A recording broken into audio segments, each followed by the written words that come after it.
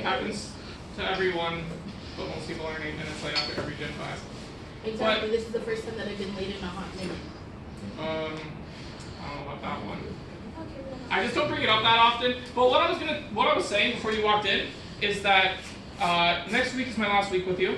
So I bring this up not even for my own benefit because I'm pretty much done, but for Miss Beth's benefit and everyone, all the other teachers, so they can get their classes going a little faster. So I was telling them I need to film a lesson that I'm doing for the university. I only have a few lessons left, so we're going to do that today. But I'm not filming you guys. That's against the rules anyway. But I was just going to ask you guys if you could try to, keep the volume down, except for when you are talking one at a time. That's fine. But that way, we can pick up everything on the microphone, at least from my voice. If you guys want to be quiet, I'm not. That's okay. If you don't want to be recorded, that's fine. But yeah. Okay. So I guess you're recording right now. Didn't realize. So as you can see, today's type of media that we are looking at, video games. So just let me start. How many people here are into video games at all, play video games? I know I've heard people bring it up. Every day. Okay. You too? Alright. Well, 2 out of 8, not bad. Not too many people. Maybe 3 out of 8. Is it still video gaming if you just play one game? Yes. I play one game. Okay. Which game? Jump Force. Jump Force. I've heard of it, I've never played it. That's, with all the Shonen Jump anime stuff. Yeah, that one just came out, didn't it? Yeah, it just came out. Yeah. I've been sleeping on that. I watched the anime a lot, but never. XL? Yeah, No, 11. The one after XL. Yeah, 11. Okay. So, video game storytelling. So, I'm getting, half the people here talking about video games. What, are there any games that you guys have played that you feel do a good job with storytelling? Or do you guys just not care about the story? I think Grand Theft Auto has this really big story. It honestly does. Yeah, I do know that one. Yeah, especially with Grand Theft Auto 1, 2, 3, 4, and 5. Yeah. I think there's a huge storyline. Yeah, that's a big one. Well, the interesting thing with Grand Theft Auto, I know that one. Each number is a reboot, but then each one has spin-offs. So there are like 13 games that take place in the Grand Theft Auto 3 universe. They're so deep, and they're all prequels, and Grand Theft Auto 3 is actually the last one, but all the sequels are actually prequels. And they're all set in different time periods. I brought this up in university one time. We were talking about historical video games. People were talking about Assassin's Creed, which has just come out, and they're like, oh, Assassin's Creed is about the Renaissance, and you meet Da Vinci. And I'm like, in Grand Theft Auto San Andreas, you play as Rodney King, and my teacher thought I was really dumb. But you do. She just doesn't like Grand Theft Auto. But you play as Rodney King. It's about the LA riots. It's about a real thing. It's fictionalized, but it's obviously based on the LA riots. Yeah, so that's a strong example. Anyone else have any examples of stories of video games that they recognize or they think are actually pretty good? Oh, Call of Duty Black Ops, I think. Black Ops. I haven't played that one, but I've heard that it has a pretty crazy story. So doesn't Mortal Kombat have a storyline? Oh, Mortal Kombat has a really good one, especially for a fighting game. Really, they're on Mortal Kombat 11 now. They're spin-offs, big time. Yeah, and that's good. I realized that a lot of the characters in Mortal Kombat are related. They are, yeah. What's her name? Yeah. There's 2 people, and then there's a daughter. It's like it's the white family. Yeah, Mortal Kombat 11 was about the next generation. They were all children. Yeah. Jackie or something. No, Jackie's the black girl. Yeah. Oh, she's Jax's daughter. I never played the latest one, but yeah. I played it all summer. Yeah, I played all the others. I gotta get the latest one. Yeah. Red Dead Redemption. Red Dead. I hear that one. I never got to that. I got to play because I love Grand Theft Auto. It's really good. Yeah, but I hear it has a crazy. I love westerns too. I want to play. I think it's the best storyline ever. Yeah. Well, okay. I notice you're all bringing up modern examples, and that's interesting. So, how do these games tell their stories typically? What tools do they use? How do they get their story across? Well, they talk to each other in the video game. So that the characters talk to each other with actual dialogue, right? Yeah. So a lot of times you're watching cutscenes, right? You're watching movie clips in the game, sort of, right? Yeah. And other times you might be walking around and characters are talking while you're walking around, right? That's the popular modern one, because people are like, oh, I don't want cutscenes, I want to still play, but then you just listen to the dialogue while you're playing. Yeah. Okay, so what are some other examples? I just put up a few others that like people always cite. You know, Final Fantasy VII or any Final Fantasy, maybe you've heard of them. They have like really long cutscenes. I remember playing like Final Fantasy Tactics on Game Boy Advance, and I was like a little kid, and it takes 50 minutes for the game to actually start. And the rest you're just clicking A and reading all the story, and I'm like, oh my gosh, I'm 9 years old and I hate this. I don't want to read that much.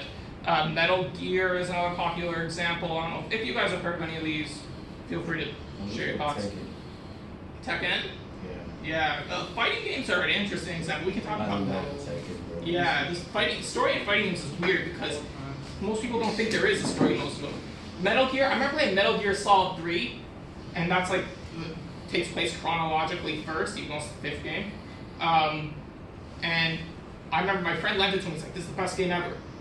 And there's literally a half-hour cutscene at the beginning. We're just watching a movie for half hours. I wanted to play video games. I didn't want to watch a movie. But you gotta watch a movie. It's kind of the point of the series. The Last of Us, I know it's a popular, more modern one. Have you guys played that one? Yeah, that's a big example of not too many just videos that you're watching, but a lot of like walking around and talking to the other characters and stuff. Basically, we're getting to these modern examples, and we're talking about like technology has a lot of games being more like movies. And a popular example is Uncharted 2, which even had a whole commercial about that. So let's see if we can get that going. I have that game and it's still in the back. I didn't play Uncharted 2 movies, but my girlfriend was not watching because she... Is this video working? Can you guys hear it? No. No. Okay, why is that not working? Because you didn't turn on the speakers. Yeah, that must be it. No, speakers are on. That's strange. Maybe it's plugged into It must be. Nope. Well, great time to have technical difficulties. It's pretty common, Jason. I mean, just look at this. Okay, so yeah, listen to Dear this one. PlayStation, I've been playing Uncharted 2 Among Thieves, but my girlfriend won't stop watching because she thinks it's a movie. This is pretty common, Jason. I mean, just look at this game. You know, you got Nathan Drake's epic gunfights, impossible escape scenes, and a plotline filled with betrayal. Give her an hour or so, she'll know it's a video game. It's been 2 days. Ready, honey? Yeah.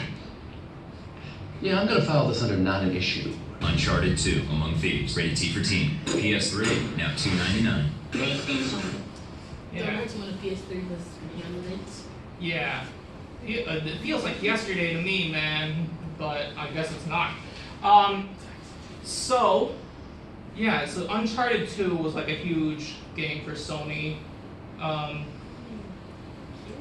And I don't know how much I like that commercial because, well, some people I remember when it came out, there was a little controversy, people calling it sexist, because they're saying like, oh, the girlfriend is dumb and she doesn't like video games, saying video games are only for boys, so you're doing. And sure, I can kind of see where they're coming from. But more so, why is it a good thing that a game is like a movie? Like, can't we respect video games as an artistic medium on their own merits? Do they have to just aim to be more and more like movies over time?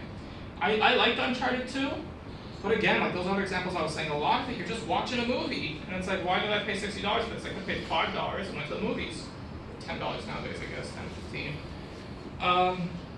So, the question then, can games be artistic with their own merits and strengths? Can we use the things specific to this medium to tell stories and get messages across and make art?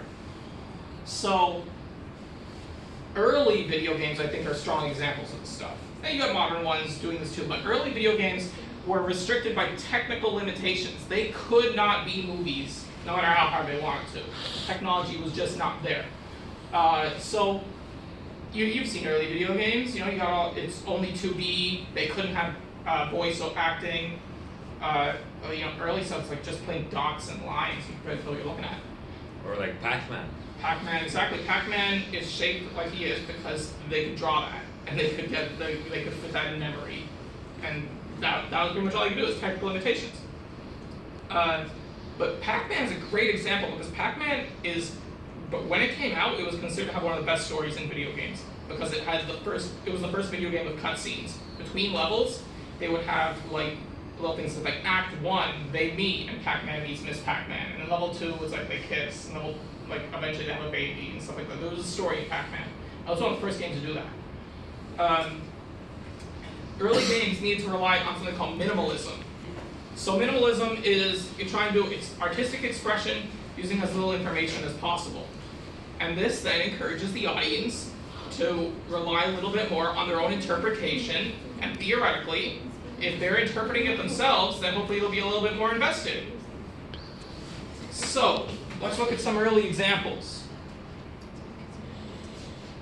Anyone want to hazard a guess what the heck we're looking at here? It's a game. Well, yes, but does anyone have an idea which game? And I'll give you a hint. It's based on a movie, a very famous movie. Robin Hood. Reasonable guess, not quite. Pokemon. Pokemon wouldn't be out yet, and that's a video game first. It's not based on a Hey, movie. how old is Pokemon now? Pokemon's from 1996.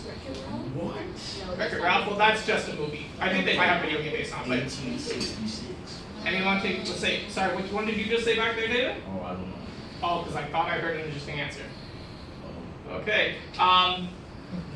So, no more guesses? No. Can we identify anything on the screen? What the heck is this? Mushroom. No, that's a tree. Oh, Minecraft? No, Minecraft's 2012. Minecraft's pretty new. I don't know, can we tell what that is? This one is kind of recognizable. What the heck is that? It looks like it says Hong. Maybe. Or this. Can we tell what that is? Key. That's a key. We can get that much. Okay. What Zelda? So is that a pyro? Okay, bro. Zelda is not. What's that word? Pyroglyphia, something like that. Hieroglyphics? That. Maybe, actually. That does relate to the theme of the game. Let's keep trying to guess. Did you have one back there? That says Zelda, but nah. It's a little bit before Zelda. A little bit. Zelda would be influenced by this game. What game is? There's nothing on the screen that's about. Want me to get? Yeah, you want me to? Okay. Well, I'll show you how they're using minimalism. Want to see the cover of the game? Okay. You might not see anything here now. Back in the day, you would have the Atari on the table because the Atari was supposed to be held on the table, not by the TV. And then the cartridge sticks out and it has a sticker on the front. So you're looking at the picture, and it's right in front of you while you're looking at the screen. Want to see the picture on front of the cartridge? This is Indiana Jones. I was gonna guess that. No, you ain't. Well, this is actually a very successful and influential game. Raiders of the Lost Ark. Huge movie. If you look here, 1982. They spent 2 years making this game. Because Indiana Jones Raiders of the Lost Ark came out in 1980. They spent 2 years making a video game adaptation of it. It was a big deal. They really invested their time and effort. What is that? And now, if you're looking at the cover, and presumably if you bought the Raiders of the Lost Ark video game, you have seen the Raiders of the Lost Ark movie. So is that supposed to be Indiana Jones with the blue See hat this on guy? his You head? see the hat? Well, here's his hat. Here's a little body and legs and arm. Wait, what? What? So you get a little. If you using the media that they have attached to the video game, like the sticker on the front of the cartridge, they can kind of get you to have an idea in your imagination to impress upon the graphics, even though the graphics This are makes me pretty. feel stupid looking at it. Well, this is a really hard puzzle game. It's one of the earliest examples of an adventure game like Zelda, where you're supposed to go around and get items and figure out where to use the items. You are supposed to do some deep thinking on there. It's a tough game. It was also so complex that you needed to use 2 controllers at the same time to play it as one person. So it was like pretty complex. Weird example. You know what other game that you might have heard of? Has anyone heard of the E.T. video game for Atari? Look at that. No? Nobody's heard of E.T. for Atari?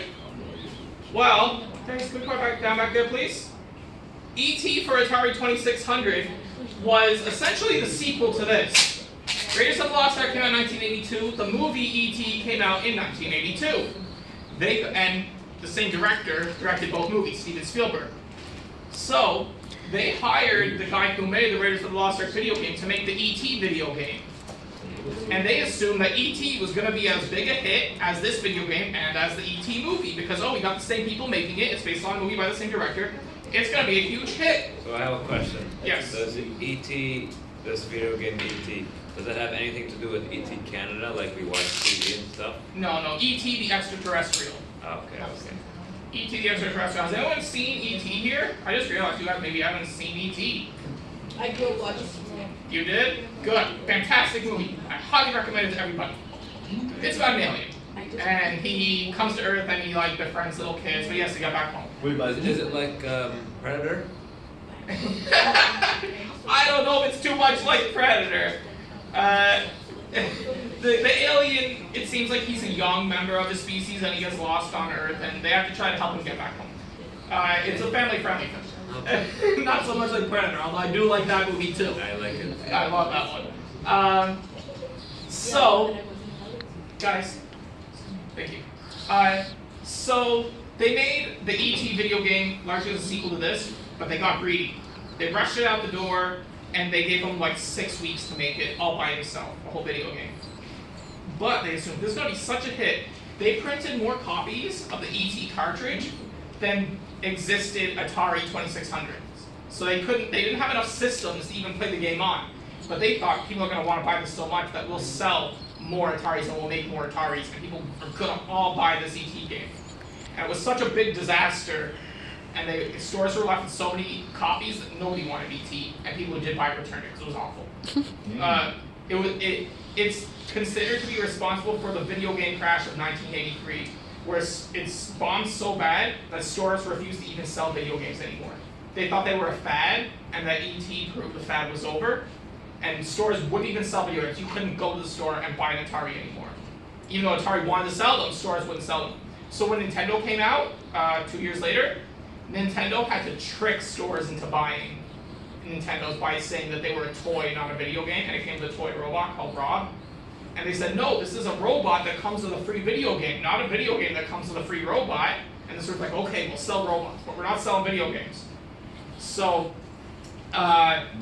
this relates to what we were talking about. I was talking about how a lot of things like music videos and cartoons, TV shows, movies, a lot of them are advertisements. These video games are partially advertisements. And a lot of the greedier advertisements, some of them succeed, some get a little too greedy, fly a little too close to the sun, and consumers get angry, and it kind of crashed the entire video game market. Nintendo brought it back eventually, but yeah. Sorry? Aren't advertisements something to advertise a movie that's going to come out? Like, aren't advertisements something that's for something that's going to come out, not something that's already out? Well, typically they'll release them at the same time to build hype. And also, yeah, Raiders of the Lost Ark, the game, did come out after the movie, but also you have to remember this is the early days of VHS, so they would be still advertising VHS copies. And also, this would have come out shortly before Indiana Jones and the Temple of Doom, the sequel. So, it's still building hype for Indiana Jones in general, the brand. Yeah. So, but my point with the Indiana Jones example is the limitations can force creativity and distinctness. So, here's the first appearance of Mario, is in the video game Donkey Kong from 1981. And as you can see, there's our sprite, and just in case you don't get what you're looking at, on the side of every Donkey Kong cabinet is this picture. So you have Mario back there, that's what he originally was intended to look like. Kind of weird. He kind of looks like that. He still kind of looks like that, but it's a different art style kind of nowadays. And that's exactly my point. You can look at how Mario's design. Mario's design is famous because why would they make a, yeah, go ahead. Isn't that supposed to be Peach? Actually, no. Although it's the same character concept, the damsel in distress, same archetype. But technically there's a character called Pauline. Pauline? Yeah, Pauline. Pauline appears not that many video games. She appears in Donkey Kong, and I think she appeared in the new Super Mario Galaxy. And it was like a big deal, because whoa, they brought back Pauline after almost 40 years. It was a big surprise, because she's not on very many games. She got replaced with Peach. But just to look at Mario's design, the question is, okay, so you're making video games, and even back then, video games were mostly aimed at children. Why would you make a video game character, a mascot, who's a 4-year-old middle-aged mustachioed plumber? How's that going to appeal to kids? Come on. Because he doesn't speak English. Well, it sort of does, though. He has a bit of an accent, but... Well, he doesn't speak very much at all. That's the point, yeah. That's something I'll get to. Cause yes, But wow. does any just Mario's like super cool? How is an old guy like this cool? He became cool. But does anyone know why they chose to make him a middle-aged, blue-collar worker? Why would they do that? To let people know that there's people like them out there. That's interesting. That's a decent point. That could be contributing, sure. Any other ideas? Wait, are you asking why did they make Mario the main Yeah, character? why did they make... Okay, they could have... Mario didn't exist before this game. When they designed this game, they could have made the protagonist anything they wanted. Why did they make a middle-aged, blue-collar worker? How is that going to appeal to kids? It's not. It's not. Mario wasn't designed to appeal to kids. If they could have, they probably would have, but they couldn't. They were limited by technical limitations. The reason Mario is designed as he is a famous example. Every pixel is there because they could draw it with very little memory, and because you can tell what you're looking at. You couldn't tell what you were looking at with Indiana Jones, right? But you can tell what you're looking at with Mario. It's very distinctive. You have a hat. You know why the hat's there? Because it's more distinctive than hair. If you just had a blue thing on top, you're like, what am I looking at? That's kind of weird. Why does it blend into his sideburns here? Well, why does he have sideburns? He has sideburns because then you're looking at an ear. If you didn't have sideburns, you wouldn't see an ear. Why does he have a mustache? Well, because a mouth would be very small and the pixels are all really big. It's easier to draw a mustache than it is to draw a mouth. Why does he wear overalls? Well, because if the strap comes up over his shoulder, then you see his arm more distinctly. It's just all sorts of things like those are probably the major examples. But every bit of Mario's design was chosen specifically to make it so you could see a human figure with very few dots. He's only made out of like, not that, well, I don't know, 50 dots or so. Very small, 64 dots probably. And then, even though it's made with so little detail, we recognize what we're looking at, and we can recognize this figure in many forms. So, modern example here is what Mario looks like today. Mario! This is the most recent game, Super Mario Galaxy. Obviously, in this case, Mario's probably made out of something like 500 million dots instead of 50. But you still know exactly what you're looking at. You can still recognize it as the same character. And then also just this level also is supposed to be the same as the level from Donkey Kong. But I didn't show the level down. It's a construction site. Why is And there then- a difference? Oh. Here are a couple more examples. So there's the Super Mario Brothers TV show and What Super Mario is Brothers that? movie.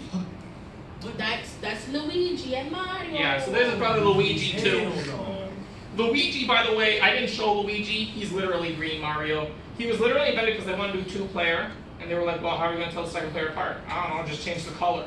And it's literally the same thing, just they change the color because that saves memory. Rather than making a whole new sprite, they just take the same sprite and change the color. So you end up with Green Mario, aka Luigi. Who's older? Yes. Mario. Yeah, There's Mario's Mario, Luigi, Waluigi, Yeah, and then there's one more. Wario. Yeah. Yeah, they do that. Are those two like the bad of them two? Yeah, later on they would come up with like the evil version of Mario and Luigi with Wario and Waluigi. And it's the same concept. You just make them yellow and purple. And it's like you can switch Mario's colors and oh there you go, it's a new character now. Because it's such a distinctive design. So, like look, these guys obviously look very different from each other and very different from what we originally saw in Donkey Kong and what we see now in Mario Galaxy. One's skinny, one's tall. Yeah. But you can still tell what we're looking at. You can tell these are intended to be the same character. So that says a lot about the distinctiveness of the design and how much was done with very little information given to you in that original Donkey Kong sprite. So, how else did retro games manage storytelling? So, obvious one, the manuals. So, I don't even think they put manuals in video games anymore, instruction booklets. Well, back in the day, they would have to put instructions to actually tell people how to play the video game. And then they would typically devote about 1 page to the story of the game. So Super Mario Brothers is the sequel to Donkey Kong. And in this story, like nobody read the manual, right? I don't think even if you guys have played Super Mario Brothers, you probably haven't read the manual. But the manual describes how the Koopa are a tribe of evil turtles, and they use magic, and their leader, Bowser, is an evil wizard who invades the Mushroom Kingdom and uses his powers to turn the citizens into things like bricks and trees and clouds. He turns them into inanimate objects. People don't remember that. Every time Mario smashes a brick, he's killing a person who Bowser turned into a brick. It's pretty weird. Shoney's. Sorry? Oh, shoot. I was smashing bear bricks. Exactly, right? You're smashing bricks like a key part of Super Mario Brothers. But the story, if you read the manual, says that Bowser turned people into bricks, so you're killing people every time you smash a brick. But, well, we can think about it a little harder if we look past the manual and in the actual game. So, what information can we get from this screen? Well, one, we have the enemy. This is like the first screen in Super Mario Brothers. When you start the game, you start like a little bit over here, and then you walk here, and this is right there. So, have any of you guys played Super Mario Brothers? This is like the most famous game of all time. Some of you guys have played it, right? Okay. Yeah, most of you played it. So, first thing that happens, you get this one block, you can hit the block, and a coin comes out. So, okay, it's like, okay, so I can hit some blocks. Then, you come across an enemy right around the same time you come across the block, so you know, okay, well, either you walk into the enemy and you die, which means you just start back here and you just try again, and it's 5 seconds. Or, you learn to jump over the enemy. But maybe you miss and you hit the enemy and you realize, okay, so I can land on the guy's head and kill him. And that's how you defeat enemies in the game. And then you try to hit the other blocks because you already passed the first one. A mushroom comes out of this. The mushroom starts moving this way at the same time you're moving this way. And then it bounces off the pipe here and comes back toward you. So you're probably gonna, by the time you're about here, the mushroom's gonna be about here. You're probably gonna try to jump over it. But now these are on top of you. So you're probably gonna bounce off it and hit the mushroom, and then realize, okay, it's not an enemy, and actually, like, it makes you bigger, which obviously makes you more powerful. So they couldn't tell you, like, oh, power up. And so they actually made your character bigger. And that way they could tell you were stronger without any words. Like, you're bigger, you're stronger. And then, if you try jumping again, and you hit the brick while you're big, you'll actually smash the brick. The other thing that we can infer from the story, too, is a lot of people say that smashing the bricks isn't always killing the people who Bowser turned into bricks. Some bricks give you coins, and he's saying, oh, well, those coins are the people, and they're trying to help you out by giving you a coin. The ones that and those ones don't break either. The ones that you smash are just real bricks. That's what I've heard people say. We can interpret it that way. But the point is, there's a famous example. You get a lot of information just from this one screen, the very first screen in this game. This one little bit pretty much tells you how to play the whole game. There are a couple other enemies and stuff that you need to learn later on. But just with a few strategically placed bricks, an enemy, well, now you get it. You get how to play without any tutorial. Modern games, I was telling you, if you play Final Fantasy or Metal Gear, you're doing a tutorial for like an hour just telling you, oh, here's how you do this, here's how you do this. Mario doesn't have any of that. It tells you all with minimalism, without actually having to use words to explain anything to you. You just play, and you learn as you play. And, oh, also, the other point, so there's a pipe here, and we all know like Mario goes down pipes. Well, because in the previous game, like, there are levels in the sewers. So it's like, oh, well, how did Mario get to this world with wizards and everything? Oh, well, you can travel through pipes, and when you go through the pipes, you end up in a world similar to the previous game. So it even has story that connects to the previous entry in the series, all without any words at all. Because the manual doesn't connect to the other games in the series. The manual doesn't mention Donkey Kong or anything. But by playing the game, you can relate it. And we get like, okay, yeah, Mario's a plumber, he's a blue-collar worker. So, other examples. Somebody's mentioned Zelda earlier. Well, here we go. So Zelda, I'm going to mention as an example of long-form storytelling. So long-form storytelling, we've discussed a few other kinds of things like television, comic books. It applies to any media that has a long-running series. So a series of multiple entries that may have minimal individual stories can build to the very complicated mythologies over time. And it applies to many forms of media.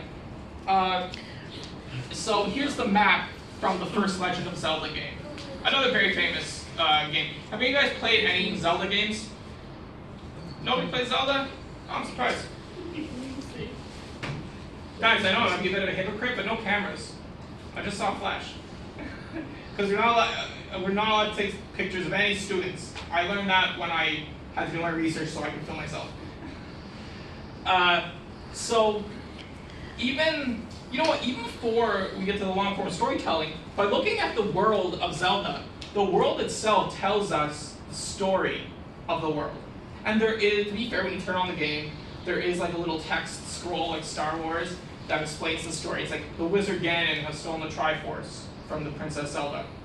Go beat Ganon. Well, that's pretty much the whole story. But we can get story just from this. So you begin the game right here, and you have this little guy, and maybe tiny here, I can't see him.